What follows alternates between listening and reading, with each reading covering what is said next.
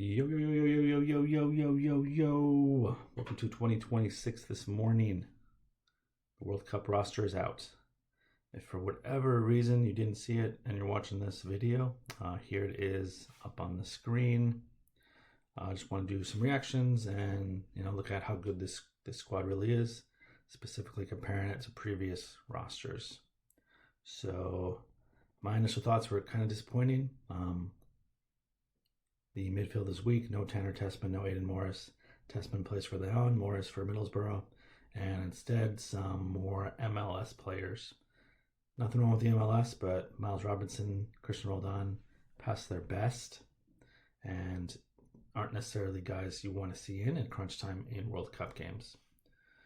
So I know a lot of people are complaining and saying, what happens if Tyler Adams is injured? Well, that was the case. That would have been the case 4 years ago. That would have been the case any year for a team like the U.S., where if one of their best players goes out, they're screwed. That's just the case. Instead, it's more of like what happens at the end of the games when the U.S. is trying to see out a result, or if the U.S. needs a goal to move forward, like what are their options off the bench? Specifically that former one. If we're up 1-0, who are we bringing in to see out the game? And then I kind of started thinking back to 2022, we did that against Iran. We got the goal in the first half, held out the entire second half. And if you look at players that came in, these are not world beaters. These are not guys you would think of, but they did enough to play their role. So Cameron Carter-Vickers started that game. I think Shaq Moore came in to see it out. So yeah, just looking at 2022, like who started and who, even came in off the bench. DeAndre Yedlin in the first game, Kellen Costa in the first game against England, Shaq Moore, Haji Wright started against Iran. As I said, the subs were Brendan Aronson, Kellen Acosta, Haji Wright, Shaq Moore, and Walker Zimmerman. These are the guys that we brought in to see out a result. And then if you go out to the knockout stage, it's going to be pretty similar. Like once you get past the starters, the U.S. isn't all that special. I think we all know that, but we really need our top players to perform in these games. So against the Netherlands, Jordan Morris came in, DeAndre Yedlin came in, Haji Wright came in and barely scored a really weird goal. So yeah, that's kind of the level of player that we're working with. And I think if we dive deep into our roster, we'll see that it is better than 2022, and it is by a good margin, I think, the best roster the U.S. national team has ever had, even though there's things that could be better, even though we want our players to progress at a higher rate. I do think this is the best roster that we've ever had. So what I'm going to do is compare the roster from 2026 and 2022. So kind of player by player, position by position. Some of it's easy because half the roster is the exact same. So we can compare what they were in 2022 to what they are now. A few of those don't quite work because Turner probably won't be the starter, but yeah, you catch my drift. All right, so here's the roster compared side by side, just trying to, like I said, put like for like together. So let's look at 2022. If we forgot, Turner was a starter, Horvath backup, Sean Johnson, the third keeper, Anthony Robinson still there, so Junior Jess still there, Tim Ream still there, Walker Zimmerman was a starter for at least two of the games.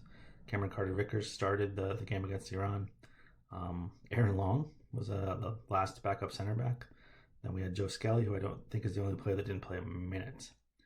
Shaq Moore got in multiple games, and then we've got our midfielder forwards. So all of these you'll see the same: Adams, McKinney, Roldan, Weah, Pulisic, Aronson, Reyna, Wright, and then the new boys compared to last time. We had Kellen Costa, Yunus Musa, Jordan Morris, Josh Sargent, Jesus Ferreira, and Luca Del Torre.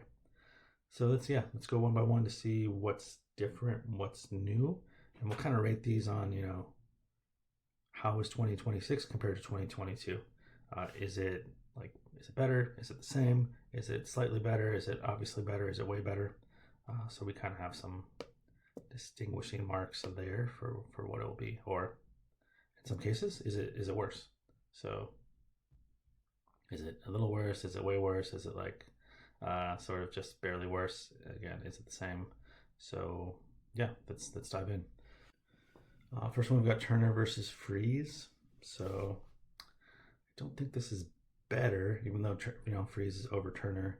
I think Turner whether it was our perception was a better player, and I think he had done a bit more on the field in the U.S. jersey than Freeze has. Freeze has a shootout in the Gold Cup that we think about, but that wasn't the B team against Costa Rica, I think, or Guatemala. Don't even remember. Turner was at Arsenal at the time. We saw this as like I said, the trajectory was strong. So I'm going to go Freeze just because he's so unproven. He's going to go Freeze. It's a little bit worse than Turner just because of the unproven nature of what he's done. Back up, we got Turner versus Horvath. I think this is an easier one, slightly better. Hopefully they won't play. I'd say it's one up. Just because we have seen Turner do it before. He has played in the World Cup. He has experience, so that's better. For goalkeeper, we're just going to go equals. So Brady and Johnson, same. Then we're getting some tough ones here where we're looking at the same players. Like Anthony Robinson is not in his best form right now. He had a lot of injuries this season. Last 2 seasons he's been great. Like the qualifying for World Cup 2022 is really where he, I think, came out and started establishing himself as a top player. So, a starter for a Premier League side, a locked-in starter, one of the best players for a national team side. So that's kind of when he started it, but I'm going to keep him slightly better because he is a better player than he was in 2022. Dest, it's a tough one. He's been around. He was quite young in 2022. Yeah, it's tough. He's back at back in the Eredivisie, and it's 4 years later. He's had injuries. He's had discipline problems. He's flamed out at Barca, flamed out at AC Milan, had to go back. Now he's at PSV. So I'm going to go equals here. So I'm going to put Dest at the same. Tim Ream, worse. 4 years older. 34 to 38 will really put some miles on someone, as I know. I think we'll go. Man, in 2022 we weren't expecting him to be such a key cog for the team, but then he was in qualifying and especially in the World Cup. But I don't think we're expecting that much, so I think we'll go one worse. Richards and Zimmerman. So I kind of put these in as the starters. This is the easiest one yet. Richards is just by far and away a better player. We have our center back that we need. Injuries notwithstanding, this is going to be one of the strongest players on the team. Carter Vickers and Trusty. So 4 years ago, Carter Vickers at Celtic, Trusty's at Celtic, backup center backs for the U.S. national team. I'm going to go slightly worse on this just because back then Celtic was better. Carter Vickers also had time at Tottenham. I don't think he played much there, but I don't believe in Trusty. I might be alone in the boat here, but maybe not. McKenzie versus Long. So I think this is going to be a double better. Honestly, I've not really seen McKenzie play all that often on the national team level or on the club level. Occasionally with the national team. He's in good form. He plays in Ligue 1 in France for Toulouse, and all accounts are he's having a good season. So compared to Aaron Long, yeah, way better. Maybe this isn't an apt comparison. Maybe McKenzie is more of a starter, and Long really wasn't that. But with these center backs compared to 4 years ago, it's going to be hard to pair them up one for one. Scally and Scally didn't play at all last World Cup. He was only 19, I believe. Now he's playing regularly, has played very regularly for Borussia Mönchengladbach for a long time. So we're just kind of do the age experience here better. Not sure how much he'll play, but we shall see. Freeman and Yedlin. So some people have Freeman locked in as a starter. I'm not so sure about that. He is young, inexperienced, had some great games for the national team. He is now at Villarreal and has been inconsistent, I think. He's had a few good games and then one quite poor game where it seemed like he was out of his depth. I don't want him to be a starter, but as a backup, center back, or right back, I think we're looking good there. But Yedlin brought a lot as well, so I'm going to go equals here. But about the same.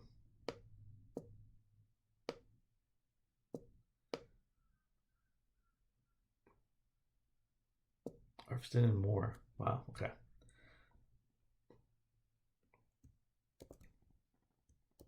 Yeah, we'll just put equals there. Like I said, Moore played multiple games. Didn't look great, but helped get a job done.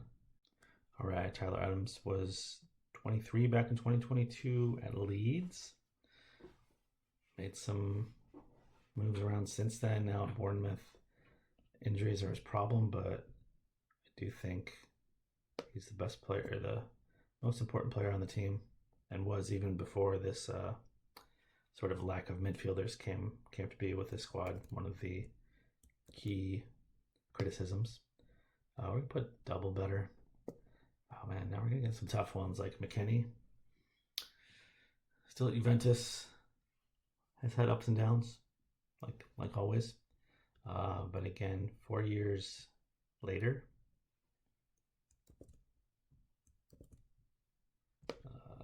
and right now in real good form, but he was an important player then, so I'm only going to go up one. Roldan, yeah, I don't really know much about him, to tell you the truth. So we'll just put equals. I assume he's older, but he wasn't that great. It didn't do that much back in 2022. Weah, it's a tough one too. He's went to Lille, to Juventus for his big move. That didn't quite work out. Not like he got worse. He did score some big goals and played some big games. Now he's at Marseille and plays a lot of defense. So going equal again here. Some of you might disagree, but back to France, back to Ligue 1, and just didn't progress like I think we hoped. Pulisic.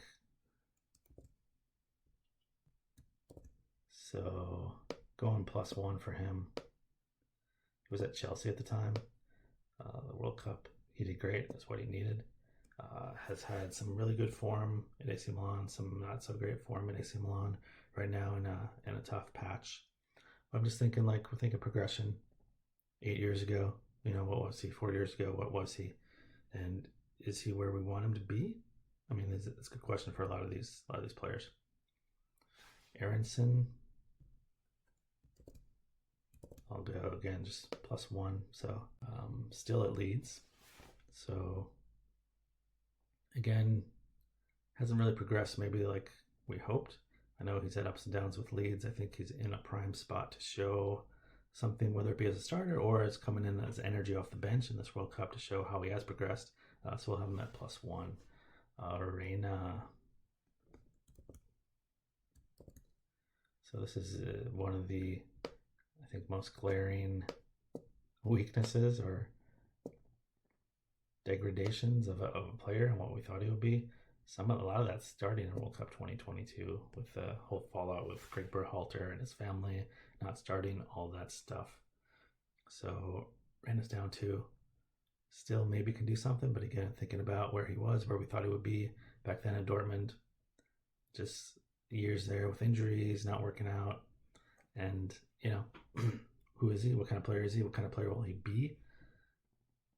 He is only 23, 24, so still has time to change his path, but hasn't done that this year, so I'm not sure if he will. Then we've got Haji Wright, a little +1, so had a good season, but in the championship. Now we'll be in the Premier League, which is great, so hopefully that is moving forward, but yeah, I don't know. I just don't think he's that much better than previously. Berhalter Acosta, this is an interesting one. So Seb Berhalter playing well in the MLS from what I hear. Again, I'm not watching the MLS every week. Kellen Costa, I think people kind of derided this decision in 2022, but he had a job. He was the backup defensive midfielder. He came in and did, held leads or held ties or, gave us some foundation as a backup. So I think this will be equal, and maybe it could be one negative, but we'll give it an equal. Tillman versus Moose. Oh wow, this is an interesting one. So Tillman at Bayer Leverkusen. Musa at the time was at Valencia. Has since gone downhill when he moved to AC Milan and Atlanta. A couple years of not playing. Definitely the poster child, him and Reina, of not progressing. So he was, I think, 19 in 2022. Started all the games in the midfield with Adams and McKinney in that MMA midfield. So this was one we had high hopes for. But in 2022, he was good. I think there was some excitement about the player. Tillman, kind of weird. He just is a very good player. Getting stats in a good league on a good team, but just the hype isn't there. I think they're already talking about him leaving. But I'd rather have Tillman than even Musa 4 years ago. So we'll give this +1. Zendejas, Morris. I mean, anything's better than Morris, right? Zendejas can bring some spark off the bench. I'm excited to see him, see what he does. Another big one here. So these are kind of our starting forwards, right? We had Josh Sargent. He was at Norwich City at the time, and he actually played quite well. He did his job as a hold-up player. Led the attack, if you want to call it that, as sort of not a primary lead attacker like Pulisic was, but did his job quite well. Got injured, which hurt us in 2022. But I mean, come on, Foreign Balogun. This could be a 3, but we're going to give it a 2. So Balogun is a striker that the U.S. team needs. He can be not involved in the game. He can drop a little deeper when he needs to get involved in the game. But what I mean is he cannot be involved in the game, get one chance and score. He can create his own chance, back to goal, just to pass out to him. He can create his own chances, where a lot of our other strikers for the U.S. in the past have been poachers. So think Brian McBride, he needs service, great player, but Balogun can create on his own. So I think this is one of the biggest upticks, advantages, call it what you will, from 2022. And another big one here, Pepe, versus Jesus Ferreira. I think we're going to have to go triple, just because, Ferreira started the game. Crazy to think that he started against England, I believe, and did very little. Was a good player in the MLS, has done things for the U.S. in qualifying, but Pepe is a proven goal scorer. He is that poacher player where feed him the ball, he'll find a way to score. Just a question of, can the U.S. have enough possession to feed him the ball? Unlike Balogun, he can't quite create as much on his own, but in the box, he's a beast and a great backup striker. If for whatever reason Balogun didn't start a game, whether due to suspension, slight injury, or something like that, I would not feel bad about Pepe coming in and being the starter on this squad. And lastly, we've got Miles Robinson and Lucas Del Torre. So this is just kind of thinking like that last player on the bench. Not really a like for like here, but we give this a downgrade. Just 1, because the extra midfielder. 2, because Del Torre was, playing in La Liga with Celta Vigo at the time. Someone that could, we're confident if he came in there, could both sort of connect, be that connection between the defense and the midfield and the strikers, and just be competent on the ball, hold the lead if that were in need. So, all right, here we go. This, I feel pretty good about this. You may have some quibbles on how much better Balogun is, or how much maybe Wright is better, or Tillman is way better than Morris, or Weah is better, Roldan is worse, little things like that. But I think we got a good picture here. So just get counted up how much better is this team than 4 years ago. So get keepers as a draw. We've got Robinson better, Des the same, Ream the same. So that's all equal. Then we start here. Richards over Zimmerman, so that's +3. Trusty, I've got downgrade. That's going to be plus, then down to +2. McKenzie over Long, +4. Skelly, older, better, +5. Adams, older, better, +7. McKinney, older, better, +8. Got some equals here. Pulis, slightly better. Aronson, slightly better, so that's +10. We've got Reyna, worse, markedly worse. That'll be +8. And then we've got Haji Wright 9, Tillman 10, Zendejas 11, Belligan 13, Pepe 16, and then Miles Robinson. Gets us down to plus 14. 14 times better. No, whatever this is, this non-scientific point system, but just kind of taking stock of who's better, who's worse than 2022. So, like I said, I've got the U.S.